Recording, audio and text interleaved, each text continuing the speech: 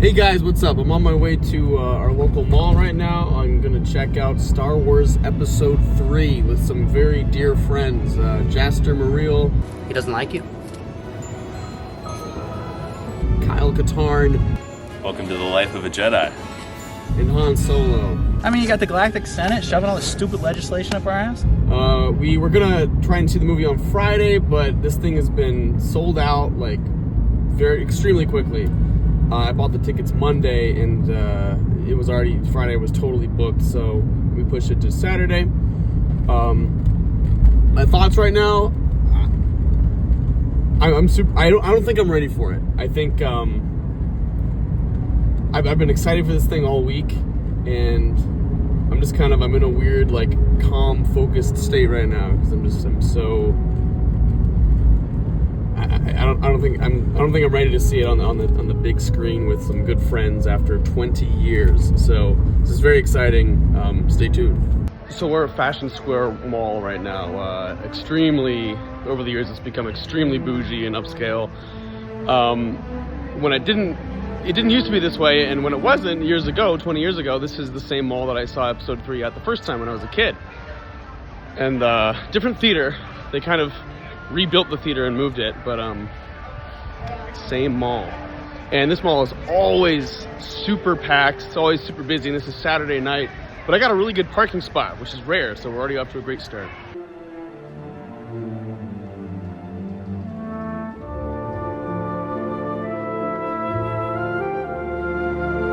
Fashion Square Mall. You will never find a more wretched hive of scum and villainy. I'm kidding, it's not that bad, but yeah, it's a nice mall. I got here early because I wanted to vlog everything, but I think I got here a little too early, so we'll do a little mall walking and wait for our pals.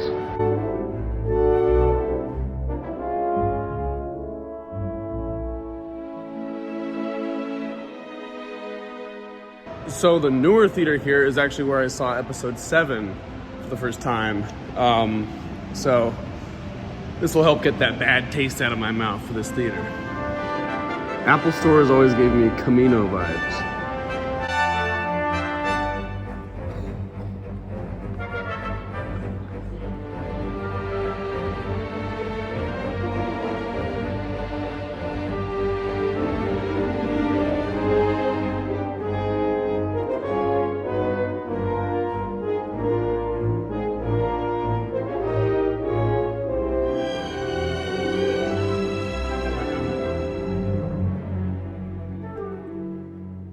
I'm getting tired early because of work and everything, so I'm gonna order an Americano to keep me up for this thing.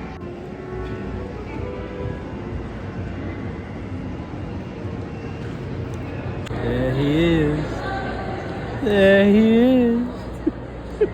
I couldn't find my Star Wars shirt. Oh, baby. Look at this great man. Keep that one there. Oh, beautiful, beautiful. So who watched Attack of the Clones last night? Oh, did you watch Attack of the Clones last night? I mean, I played Hearthstone and put it on the background. Okay, there you go, there you go. Yeah. Yeah, we should have done that. I should have done that, yeah. That would have been a good pregame. Although it's always just playing in my head. You know, so. I love how it just brings everybody together. I was talking to a guy at work about it, and he was just like going off about the prequels, and he was like talking about how much he loves Revenge of the Sith and everything. And he's quite a bit younger than I am, and I was like, man, it's just like it unifies everybody. Yeah. That was cool. So true. That clip, I posted that little clip of that professor of the arts talking about Episode 3 and how good it is. I posted it on Instagram, and it has like 250K plays now. Really? It's the first Star Map thing that's kind of blown up. Badass, Yeah. man. That's really cool. Really fun. But so what do you guys think? What do you think, baby? What do I think? Yes. Well, I'm excited. I feel like I don't remember when I saw this in theaters in 2005? Yep. I don't really remember that experience, so reliving it. Yeah. Exactly. I remember the promotions for it were like wild. I remember Burger King. Like I still have some of those Burger King posters where it's like, "Who's your daddy?" and it's Darth Vader, and they really were leaning into it really hard. But yeah, I saw it in 2005 too, and I vaguely remember it, and I've only seen it a few times since then. Yeah, I saw it in theaters as well. I'm excited to get my heart broken all over again. I don't remember much. It's probably an indicator of the trauma I endured, so I'm ready. The only specific memory I have of seeing it in the theaters was spoiler alert. I think we've all seen it though. When Obi-Wan's riding that thing on Utapau, I forget what it's called, but he's riding that thing, goes like the big blue, and I went with my mom and then Max and Max's buddy, and Max's buddy thought the animal was really cute. He was like, "Oh, the baby!" Like every time it came up, he'd be like, "Oh, look at the cute baby." And so when it got shot, he was like, "Oh no!" And so like I remember like that was like he was just genuinely anguished. And then like Order 66 happened, and I was like, it was like very intense. It is. It's very intense. Yeah. I am worried. I've seen people on the internet worried that people are going to do what they did with Minecraft with this, where they yell out all the memeable, throw popcorn, yell out all the memeable lines. I really don't want that for this. I'm also curious about the like the etiquette, like movie theater. I hope that Star Wars fans would have like a little bit more respect for the film. You know? There might be a couple idiots in there who aren't like true fans. It's over. There's no way someone isn't saying something. Yeah. I know. That's what I'm afraid of though. This movie is so memeable. Yeah. There's like definitely a good cause to worry. I hope they don't do it during the high ground part because that's such a beautiful part. I don't want them to see shot. it in theaters. Is gonna be. Yeah. I was just telling someone a while ago that I can't wait for the like Mandalorian movie to come out because I haven't seen a Star Wars movie in theaters since what, Rogue One. I remember. I don't know. I don't remember when the sequels came out in relation to Rogue One. Almost 10-ish years ago now, right? I did see The Last Skywalker. Yeah. When was that? 2018, 2019? Around there. Yeah. So I want to say 2019. Yeah, I feel like that's right. Lackluster. It's crazy, But yeah, man, it's gonna be crazy. I bet you there'll be cheers when For sure. the initial, Oh yeah, Lucasfilm. Star Wars. Revenge of the Sith. What's nice about it too is I think we're actually going to get goosebumps because it's not one of those shitty Disney ones. It's going to be like, oh, I actually know we're going to enjoy this. There's heart, there's soul. We're not going to be completely let down. Yeah. It's kind of interesting. Go ahead. I was going to say, as I get older, Revenge of the Sith is definitely up there with one of my favorite Yeah. of all the Star Wars movies, It's so good. Yeah. So, yeah, exactly. I didn't notice as much of like an outpouring of love for Phantom Menace because we went and saw Phantom Menace and I thoroughly enjoyed it. Yeah. It was awesome. It was really cool, but not nearly as much hype as Revenge of the Sith is getting. It's the finale, I get it though. Phantom Menace close to my heart. I'm the most nostalgic for Phantom. I think this one towers above the other two in terms of quality. I get that. But they're all like equally good to me. Yeah, as far as the prequels go though, like I think just because I watched the shit out of it so much as a kid, Phantom Menace is my favorite of the prequels. It's so fun to rewatch. But I get that Revenge of the Sith is like better quality in a lot of ways. You know? Yeah. Totally, I respect that vibe with it. I feel like Phantom Menace was my first movie in theaters. Me too. I really remember, Movies too. maybe it's Toy Story, but like Phantom Menace for sure. Yeah. And Duel of the Fates like carries the whole movie. So. Yeah. Duel of the Fates and the Pod Race. Those are the two sequences where you're just like, oh man. I wish Darth Maul would have carried over at least into Attack of the Clones. Yeah. I think if he would have been in two of those movies, like he would have really elevated Attack of the Clones. Absolutely. I think if they would have known how big of a hit he was going to be, they wouldn't have killed him off. Yeah. They didn't know. Yeah. It's pretty iconic of the getting cut in half and falling. Like, It was so great. Extremely iconic.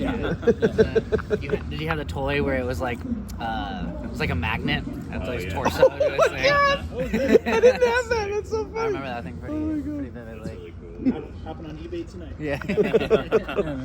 And I think there's a foreword by Hayden Christensen in this one. Like he gives a little talk at the beginning of it. So I was wondering if we would get some like. Because there's a scene with Mon Mothma and Padme. Yeah, I love that scene. I wonder if they're gonna be like. I really hope.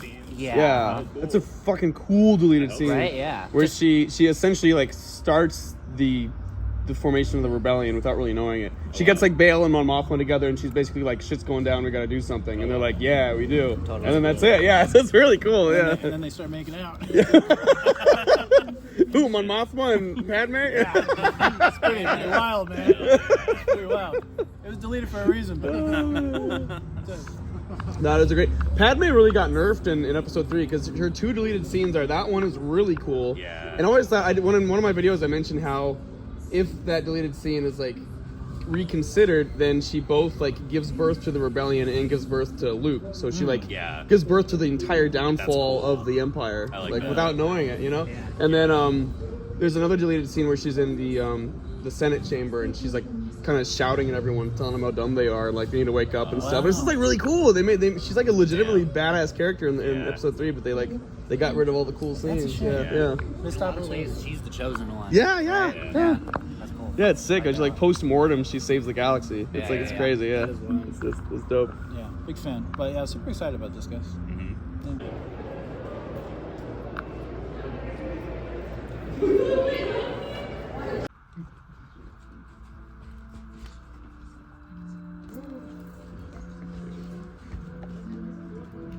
Hello everyone, I'm Hayden Christensen, and it's my absolute pleasure to welcome you all to this very special screening celebrating the 20th anniversary of Star Wars: Revenge of the Sith.